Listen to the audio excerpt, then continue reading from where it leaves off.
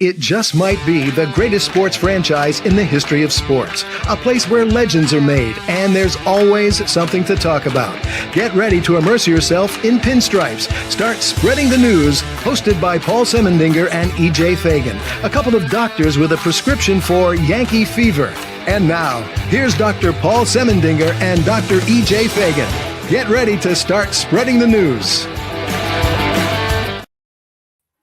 All right, it's just me, no EJ. I have told you that I have a lot of meetings on Monday nights, and it's just very hard for me to make the time. It's impossible. I will be in meetings at 9 p.m. when this is airing, so I need to record this on Sunday, and it's Sunday night, and the Yankees have just finished an awful. The games get worse and worse. An awful, awful, awful road trip. We were at the beach. Before I go to work tomorrow, I will have to shave. The Yankees, they're doing the beard look. I figured maybe I'd see what it looks like for a couple days. I'm really not a big fan. And I would never go to work scruffy in the face like I am. But this is the Start Spreading the News Yankee show, which is part of the great Start Spreading the News Yankees site. No one else covers the Yankees as well as we do, with 3 articles every single day, plus when there's a game, the game thread. Though sometimes, if it's an afternoon game, the game thread takes the place of the 2 o'clock article. We put up articles every day at 6 a.m., 10 a.m., and 2 p.m. And if it's a night game, we put up the night article in addition to those 3 others. So, can the Yankees think of better ways to lose? My goodness. My goodness. They just don't look good. And here's the problem, my dear friends. Here's the problem. I started Start Spreading the News as a Yankee site in 2017, in October of 2017. Wasn't long after the site started that the Yankees named Aaron Boone their manager. And my dear friends, we could say the same thing every single year. In a way, there's no need for the writers, and we have a great selection of writers that start spreading the news. In a way, there's no need for the writers to even write articles anymore. All we really have to do is go back to 2017 and 2018. Well, really, 2018 is when Boone started, and 2019 and 2020, on, and just recycle the same old articles with the same old problems.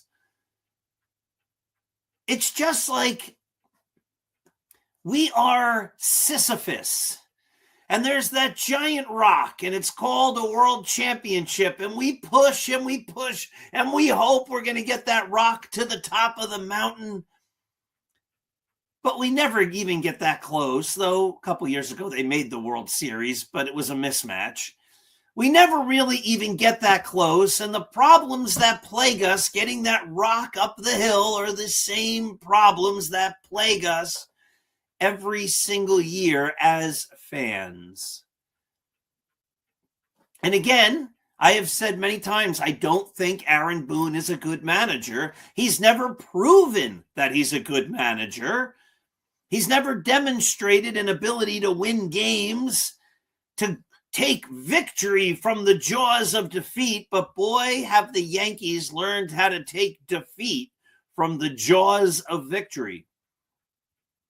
That being said, I have been an apologist for Brian Cashman, who builds these teams every year. He's been with the Yankees since the 80s, I think is when his internship began. Worked his way up to general manager, learned from Gene Michael and Buck Showalter. And yes, he inherited those teams, those great players. And the only world championship he really won on his own was 2009. But that was the last time that the Yankees went all in and just decided we're going to do everything we can to win the World Series. So if the goal is to win the World Series, by and large, Brian Cashman's been a failure. But if the goal, and we've talked about this a lot, is to make the Yankees competitive, well, he's been successful. The Yankees have been very successful at that. They are always competitive. They've been over 500 now for, I think, 317 consecutive years, dating back to the 1990s. It was 93 or 94. The last time 93 maybe, the last time they weren't at 500. Maybe it was 92, but it's been a long, long time. Every year they're competitive. You know, I've complained that the Yankees don't want to be great. They wanted to be great in 2009. They don't want to be great any longer. I started writing that in 2018. I've talked about the book Good to Great many times. The enemy of great is good. And the Yankees, Hal Steinbrenner included, are very, very, very content at being good. The Yankees don't build their teams to be great. They build their teams to be good. We just need to be better than the other not so good teams. The American League isn't all that strong, so we don't have to build a great team. We just have to build a team that's going to be probably a little bit better than pretty good. And probably a little bit better than pretty good does not win you most often world championships. And the Yankees, obviously, for the longest time, don't win world championships. Just won this century, right? 2009. That was the last time. And that was a long time ago. It was a lifetime ago. And I've argued that when the Yankees rest their laurels on their great history, that they're talking about things that have no relevance to fans today. Derek Jeter and Mariano Rivera and Andy Pettitte and Jorge Posada and Bernie Williams and the rest are as relevant to young fans today as Reggie, Thurman, Sparky, Roy White, Greg Nettles, and Willie Randolph, among others, who are as relevant to young fans today as Mantle, Maris, Ford, Elston, Howard, and Yogi, who are as relevant to the young fans today as DiMaggio and Dickey and Lefty Gomez and Red Ruffing and Tony Lazzari, who are as relevant today as Lou Gehrig and Babe Ruth and Earl Coombs and Bob Musial and Herb Pennock and the rest. It's all of it, ancient history. But what we see is the same thing, to get to the main point, year after year after year after year. The main point is you could take those articles from 2018 about the Yankees striving to be good. Yes, they do. They strive to be good, not great. That the Yankees don't ever seem to be able to put together great at-bats in big situations. Same story since 2018. That the Yankees have obvious holes in their lineup and they have positions that they don't address with quality players. Same story since 2018. That the manager gets outmanaged. Same story since 2018. That the team lacks fundamentals. Same story since 2018. On and on. So the other night, what was it, Saturday? I think it was the Saturday night game. Carlos Rodon throws a wild pitch with runners, I think, on second and third. The ball is such a wild pitch, it goes over the head of the catcher, hits the back, the brick wall, I guess, and bounces back over the catcher onto the field. Carlos Rodon runs over and catches it. Meanwhile, a run scores. Leave it at that, Carlos. But no, he's off balance, and he decides to try to throw the ball with his left hand. Of course, he's a left-handed pitcher. And he throws it away, and another run scores. I mean, they just come up with ways to lose.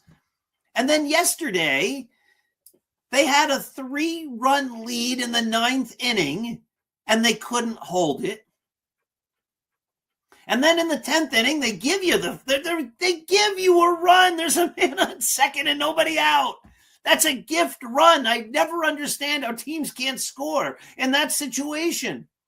Bunt, hit the ball to the right side, steal the base, and hit a sacrifice fly. Or they bring the infield in, and then you just have to hit another little bloop, little hard ground ball, and it goes through, and you get a bunch of chances to get that.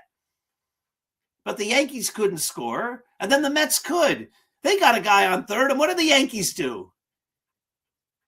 It's like there's some secret algorithm that says if you take one of your outfielders and put him in the infield, that you're going to have a better chance to cut off a run. I don't quite get it.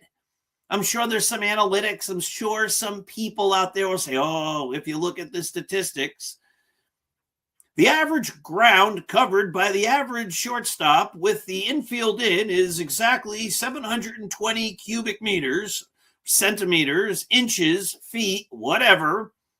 Adding another infielder into that mix adds to the greater probability of any ball being caught, right? I'm sure there's some silly numbers that could probably justify the move.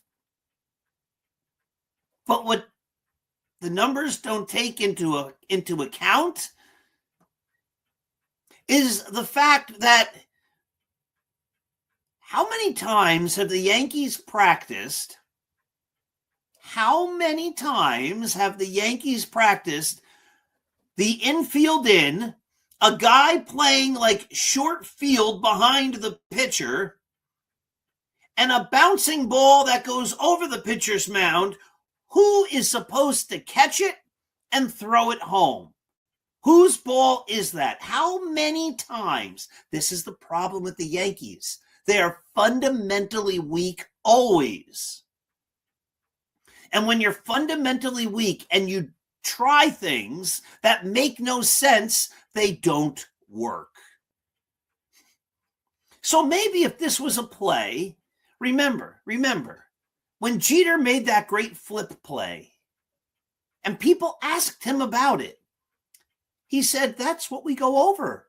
We go over that exact play in spring training. We drill that play. He said that at the time. So the fact that he was there and Posada was expecting, or at least thinking he might be there and expecting the throw from him, wasn't something out of the blue.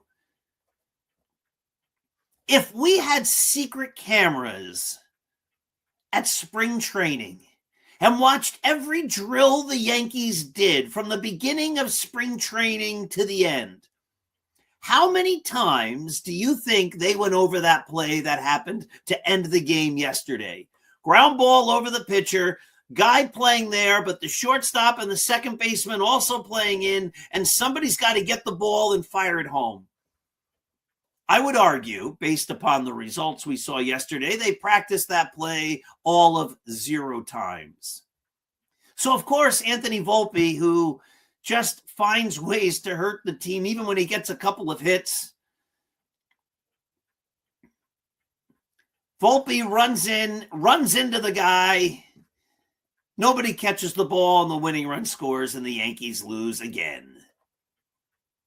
But wouldn't you think you would have gone over? If you're going to do that play, shouldn't that be something that you've drilled 500 million times? So that when that situation happens, everybody knows whose ball it is. But because the Yankees seem to react, I've said this for years, they are not proactive. They're not ahead of situations. They're always reacting to situations.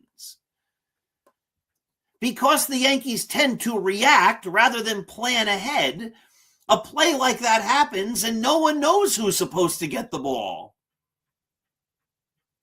And so the two fielders collide and no one gets it. Because the Yankees always seem to be foolishly playing without a clue as to where to be. We see it all the time. We've seen it throughout the entirety of the Aaron Boone era.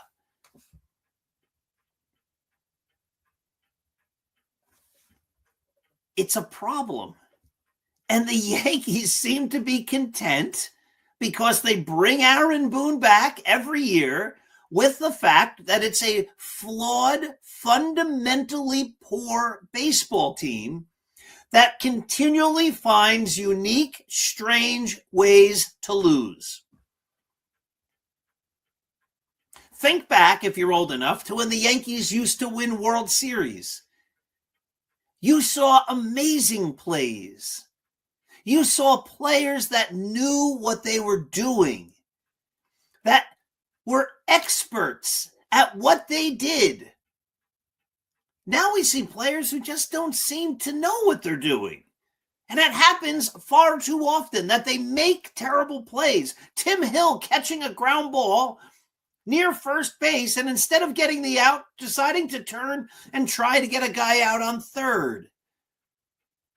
And his excuse was, yeah, I guess I wasn't really thinking, or whatever he said at the time. In the moment, I thought it was a good play. In the moment, you should know what to do with the ball. I was taught that in Little League. I remember playing the outfield and having the coach, I was like 12, telling me, you always throw 2 bases ahead of the runner on a ground ball to the outfield, and 1 base ahead of the runner on a fly ball. So they used to hit balls to us and say, man on second. And you catch the fly and you had to know to throw it to third. Man on first, you catch the ground ball, you had to know to throw it to third. Nobody on, ground ball, throw it to second. I mean, we drilled these things, and they used to say to us, you have to know what to do with the ball before the play happens. You have to think it through. You have to take that 1 little second. This is Little League stuff. You have to take that 1 little second to know what to do with the ball before you get it. All too often, the Yankees don't know what to do with the ball when they get it.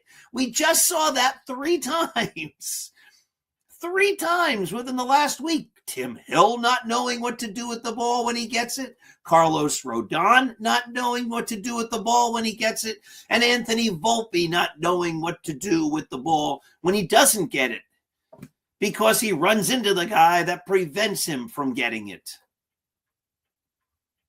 A quality championship type team wouldn't make these kind of mistakes year in and year out.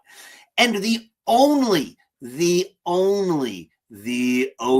conclusion one can make about this is they do not stress fundamentals. They are ill prepared. And the only conclusion you can take from that is that the one guy whose job it is to prepare them, the manager, Mr. Aaron Boone, is not doing his job. Or he can't do his job because he's not good at it. Or he didn't do his job because he didn't think about it.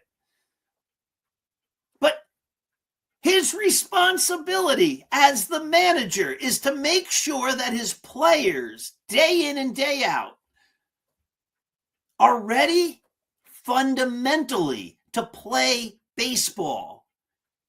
And more often than not, over the course of the season, we see it year in, year out, week in, week out, game in, game out, that the Yankees are unprepared, that they're just not ready, that they're not thinking, what do I do if I get the ball?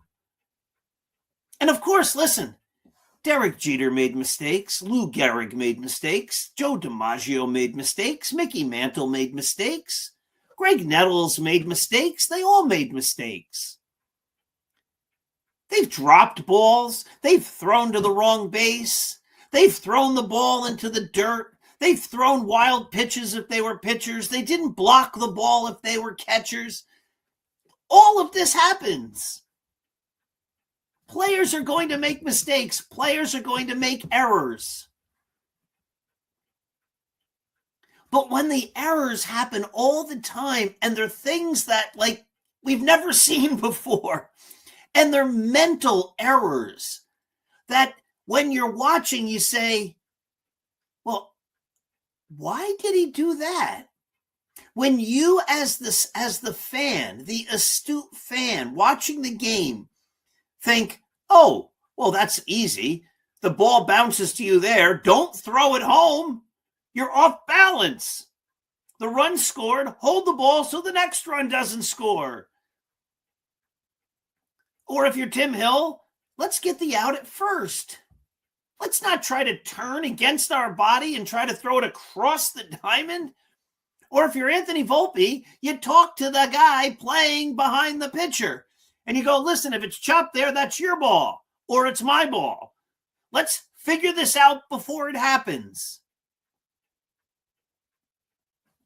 I play baseball. You know that. I'm a pitcher. I pitch in a 35 and older wood bat league. I think I'm starting the week after Memorial Day. I'm looking forward to it. I love playing baseball. As a pitcher, I'm highly mediocre. I win my fair share of games. I've done all right. My ERA this year is 0 after 7 innings. They have not scored off me. I'm doing well. It's great. Next game, I might give up 97 runs. That's just the way it is. It's not the major leagues. But when there's a man on base, I tell the shortstop or the second baseman, if it's hit to me, I'm coming to you. If there's a man on first and second, less than 2 outs, of course, but I'll look at the third baseman and I'll say, if I get it, I'm going to come to you. I'll get the lead runner if I can. I'll at least look, depending on where the ball is and how it's hit. But this is what you do, right? This is how you play baseball.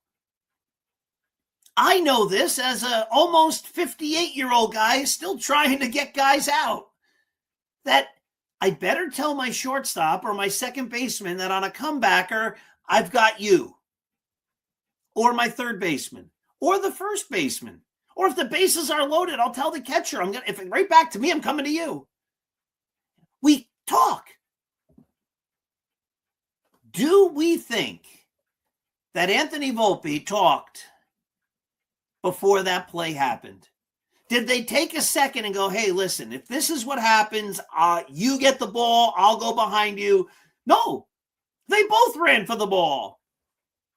And as such, nobody got it. Because this is what happens with the Yankees all too often. They're not fundamentally sound. They don't play a good brand of baseball. And because of that, they find unique, frustrating, horrible ways to lose. We'll get a little more, but let's do a commercial break. The show, of course, is brought to you by Artemisia Publishing. Artemisia, a fantastic publisher located in the United States of America, a traditional publisher. What's a traditional publisher? A traditional publisher is a publisher who does not charge the authors for editing, for printing, for publication. That's a non-traditional route. Those are what you might call glamour presses. Like, we'll publish you, but you have to pay us a lot of money. That's not how Artemisia works. Artemisia works just like the big publishing houses, except they're smaller. It's a traditional format. They look at manuscripts. They look at book proposals. And if they like the writing and the idea, they offer the writer a contract. And the contract says, we will pay you when your book sells. That's traditional publishing. And that's Artemisia. And they have a wide selection of fantastic books across a gazillion different genres. Many of which, or at least a few of which, I've written, like fiction. Scattering the Ashes is the greatest novel ever written. Beautifully written. Look at that, what it says. The threads culminate in a well-put-together tapestry that I think leaves the reader satisfied. It's the greatest novel ever written. If you haven't read Scattering the Ashes, you should. Your life is incomplete until you read it, and you should buy copies for 10,000 or 20,000 of your closest friends. Everybody you know deserves at least one copy, maybe two, of Scattering the Ashes. It's also an audiobook. Then there's the motivational 365.2, Going the Distance. That was the year 2022 when I ran every single day for a calendar year. I didn't think I could do it. Well, I thought I could do it. Didn't know if I could. I hoped to. And when you try to do something like that, push your body and yourself to do things that had never been done before, that were possible but not probable, you find out who you are. And it's a story. It's almost an allegory. It's what I had to do to complete a task that I felt I needed to do. But in reading that book, you will learn that you can set goals for yourself to complete tasks that you need to accomplish because you need to do them. It's highly motivational. And of course, I've written a plethora of Yankees books. The brand new one, the Greatest New York Yankees by uniform number, The Least Among Them, and of course, Roy White's From Compton to the Bronx. You need to read all of them. You need to buy all of them, tens of thousands of each copy to give to all of your friends. And you can find those books and many more at apbooks.net. So that's our little commercial here. On Start Spreading the News earlier today, meaning Monday, the 18th, I wrote an article, a perspectives article, that looks back at the trade deadline from last year. Now, I'm not going to spoil everything in that article. I encourage you to go to Start Spreading the News to read that article. But in short, I can give you the Cliff Notes version. Last year at the deadline, people praised Brian Cashman up one side and down the other. Brilliant! Outstanding! He addressed all the needs. It was amazing. And so what I decided to do was look at the players the Yankees acquired at the deadline last year, at and around the deadline.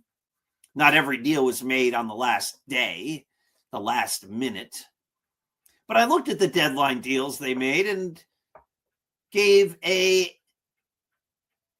analytic look at how those players have performed.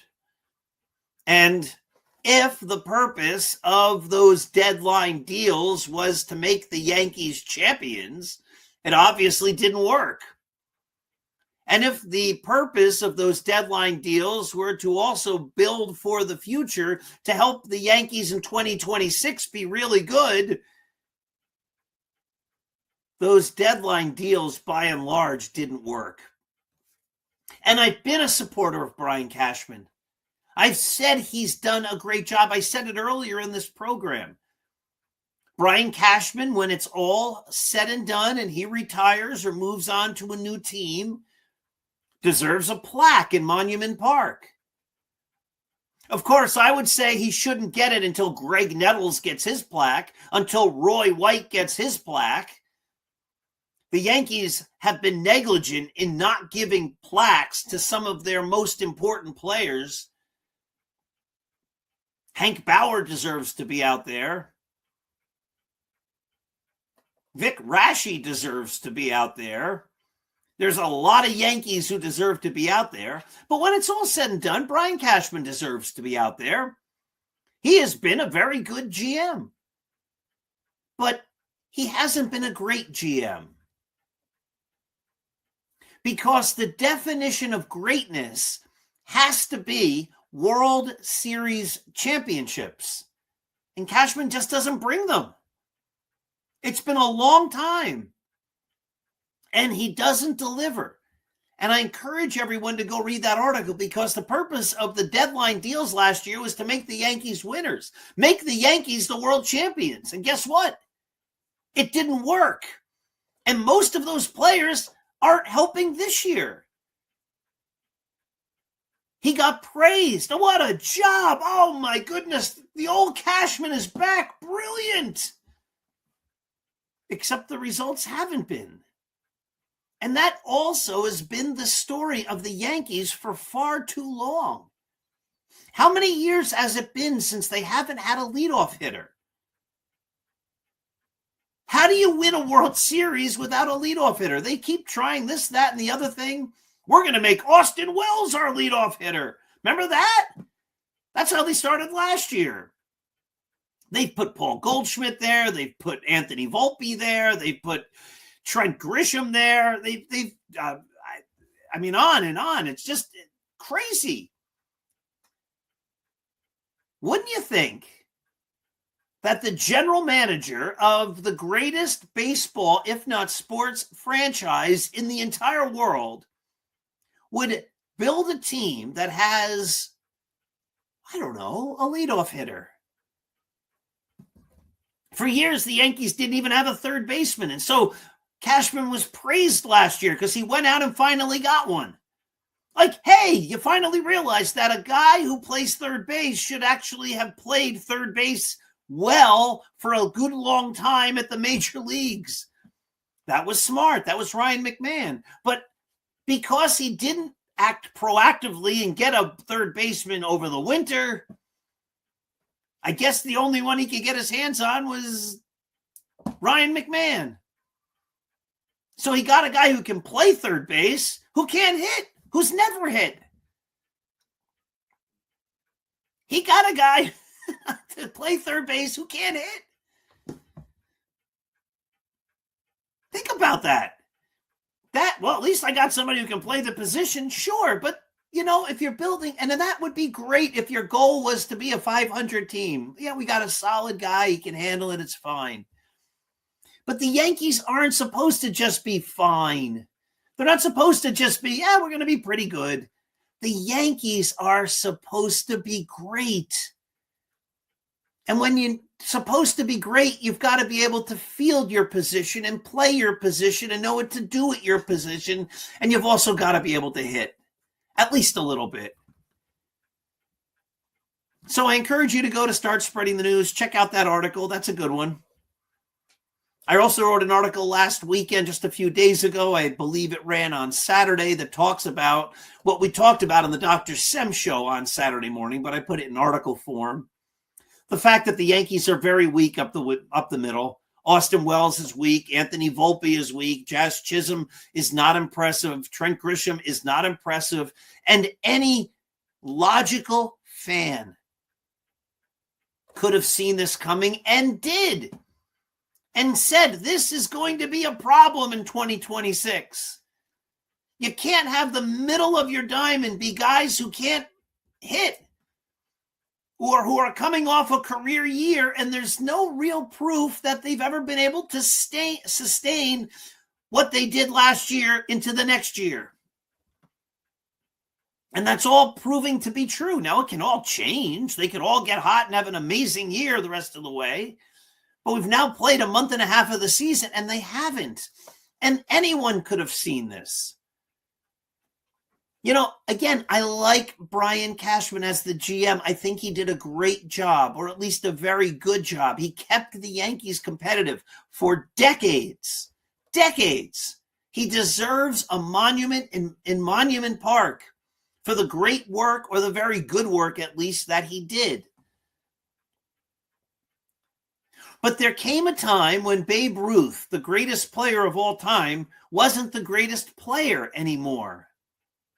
There came a time when Joe DiMaggio, maybe the most graceful center fielder of all time and the most well-rounded player of all time, maybe. I'm like, no, it was Mickey Mantle. No, it was Willie Mays. No, it was Ken Griffey Jr. No, it's Barry Bonds. Whatever. I don't want to have the argument. But there came a time when all those guys, including Joe DiMaggio, realized they couldn't do it anymore. But the game had passed them by. The same was true for Reggie and Nettles and Roy White and Ron Guidry and Mariano Rivera. And it will become true for Aaron Judge. Because life goes on. And the Yankees had great owners like Jacob Rupert. And they had great general managers like George Weiss. They had guys who did those jobs. Branch Rickey was great at running ball clubs. Tony La Russa was once a great manager. Tommy Lasorda was once a great manager. Connie Mack was once a great manager. But time marches on. And maybe, it's not even maybe, the Yankees haven't won a World Series since 2009, and that's the only one they've won since the World Series win in 2000. From 2001 till today, they have one World Championship, and that was the only time that you can argue Brian Cashman broke his approach by going out and signing Sabathia and A.J. Burnett and Nick Swisher and Mark Teixeira and going all in, because that's the only time that's happened in the Cashman era. And they did that, supposedly, to win George Steinbrenner one more World Series as they realized that his life was coming to a close. And since then, they haven't been able to figure it out, whether it's Cashman not doing a good job or a good enough job, whether it's Hal Steinbrenner holding the purse strings a little too tight, whether it's the fact that the manager doesn't seem to have the team prepared and seems to get outmanaged in big moments all the time. Maybe it's each of those things. Maybe it's all of those things. But I think it's not disrespectful to say it's time to move on. It's time to try a new general manager. You had your run, Mr. Cashman. It was very good. I wish it was great. I wish there were lots of world championships. But there's not. And your big moves last year at the trade deadline didn't work out. And then over the winter, they basically said, we're not doing anything until we can figure out what we're going to do with Cody Bellinger. Cody Bellinger is going to run the Yankees, not us. Until he decides what he can do, we can't do anything. Does that sound like a team that's in control? Does that sound like a team that's got a master plan? Sounds like a team that's saying, well, we just hope he signs with us. It's time for the Yankees to try a new approach because the approach they've been trying for the longest time doesn't work. Now, they might win the World Series this year, right? And then people can turn to this and go, oh my goodness, you remember Semendinger back in May? He said they're terrible. I mean, things happen. But you have to look at the big picture, the greater body of work. And the greater body of work just isn't that impressive. If the goal is a World Series championship, if the goal is to be kind of pretty good, yeah, then the Yankees are unbelievably successful. But for their fans, it's a frustrating success. It's a frustrating team to watch because it's filled all the time with bad decisions, bad play, players playing out of position, acquiring players who don't live up to the promise that we're told that this guy's going to be the difference maker. And he's not. So hopefully the Yankees turn it around and they start winning ball games. But even if they do, the bigger picture is that it's time for the Yankees to look at this, what they have, and say, you know, we tried and it just didn't work. If the goal is to win a World Series, and I've said this before, and I'll close with this. If the goal is to just be kind of pretty good, better than the kind of pretty good teams, then just tell us that as the Yankees. Tell us that. Have Hal Steinbrenner and Aaron Boone and Brian Cashman and anybody else in the organization say, the days of us trying to put together a world championship team, those are over. That's not our goal. We will win some world championships because things will fall into place and anything can happen in the postseason. Sure, we'll win a few. But in the meantime, we're going to be pretty darn good. Not great. We're going to be good. We're going to be probably better than the other pretty good teams. And we're going to have a lot of first place finishes and a lot of playoff disappointments. But every now and again, we'll weed through all that and be the best. But the goal is not to win the World Series every year. We want to be honest with you, fans. We want to tell you that. And if the Yankees would say that, then I'd say, oh my goodness, they're telling us the truth. I mean, we can all see it. It's how they operate. But what's frustrating is they say, oh, we're here to win the World Series. That's the only goal. All we want to do is win. And then you see the way they operate. And if that's the goal, if the goal is to win the World Series, they're not doing a good job. They're doing a terrible job, and it's time to make changes. Or tell us the goal is just to be a little bit better than pretty good. And then they're doing great. But then tell us that. We want to be a little bit better than pretty good. We're the almost kind of great Yankees. The old days of being the great Yankees are long gone. And if they told us that, then we say, hey, I get it. The game has changed. The approach has changed. And if your goal is to be almost kind of pretty good, you're really good at being kind of pretty good. In fact, they're excellent at it. Probably no team is better than being sort of kind of pretty good. The Yankees are masters at that. So make that the goal. Tell us that. Tell the fans that. And we have never have anything to complain about. I'd come on here every week going, yeah, the Yankees are almost kind of pretty good. They're kind of pretty good. They're in second place. They're almost kind of 3 games out. It's not so bad. Right? Think about it. But when you're saying the goal is to win the World Series and you never win the World Series, then you're failing. And if that's the goal, then you got to change things. Or else you have to say, I guess they don't want to win the World Series because they keep the same people in the same positions and they never win.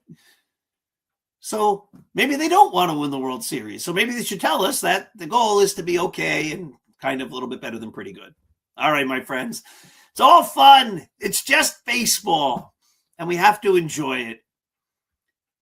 It's a sport. It's a game. We love the Yankees. Sometimes I think fans want them to win more than the people running the team. We crave a world championship. And maybe it'll come. I hope it comes. Remember to make every day a great day. Remember to share kindness. Remember to show gratitude. Say thank you. Be nice to others. When we give love, it comes back to us in greater amounts than we ever gave. And when we love a team like the Yankees, I think we love them a lot more than they love us back. But that's a whole other story, and I'm just being fun. My dear friends, thank you for watching. This has been the Start Spreading the News Yankee Show. Stay tuned for the media assets, the last little videos here, the McGrath Network promo coming right up. Have yourself a great day.